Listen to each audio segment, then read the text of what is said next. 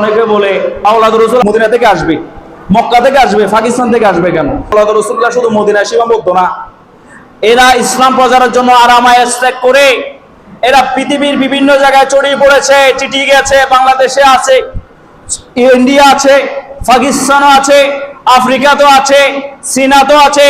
অসংখ্য সাহাবায়ে কেরাম, অসংখ্য আওলাদ রাসূল ওনারা দিন প্রচারে ছড়িয়ে পড়েছেন। আবার অনেকে বলে আওলাদ রাসূল আসলে মদিনা থেকে আসবে, মক্কা থেকে আসবে, পাকিস্তান থেকে আসবে কেন? গত জুমা আমাকে এক ভাই বলেছে এখানে চাকরির সুবাদে যারা আছেন ওনাকে দাওয়াত দিলে উনি যেখানে বাসা চট্টগ্রাম থেকে আসবে, ওনার বাসা হচ্ছে ফরিদপুর থেকে আসবে না, উনি প্রয়োজন এখানে আসছে। আর আওলাদ রাসূলের প্রয়োজন ছিল আল্লাহর দিনকে, নবীর যে দিনের মিশন সেটাকে পৃথিবীর জমিনে প্রতিষ্ঠিত করা। ইনারা সেজন্য হাতের মধ্যে তরবারি নিয়ে, জায়নামাজ নিয়ে, ওনারা বেলায়েতের ক্ষমতা নিয়ে দাঁড়ে দাঁড়ে পাহাড়ে পাহাড়ে বের হয়ে গিয়েছেন। সমগ্র পৃথিবীর জমিনে ইসলামের আলো ওই আওলাদ রাসূল, ওই ওলি কেরাম ছড়িয়ে দিয়েছেন। জোরে বলেন না সুবহানাল্লাহ। এখন আওলাদ রাসূল পাকিস্তান থেকে আসলে বলেছে ঈদে, এই যে ঈদে বললে এই বলে অসম্মানজনক শব্দ বললে কি আওলাদ রাসূলের সনদ আছে? ঠিক আহলে বাইত রাসূলের সনদ আছে।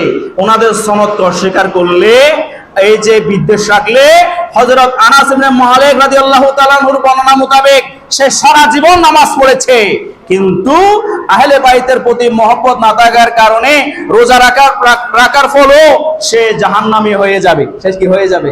নাউজুবিল্লাহ বলবেন না। আমরা আহলে বাইতকে ভালোবেসে জান্নাতি হতে চাই কি চাই না?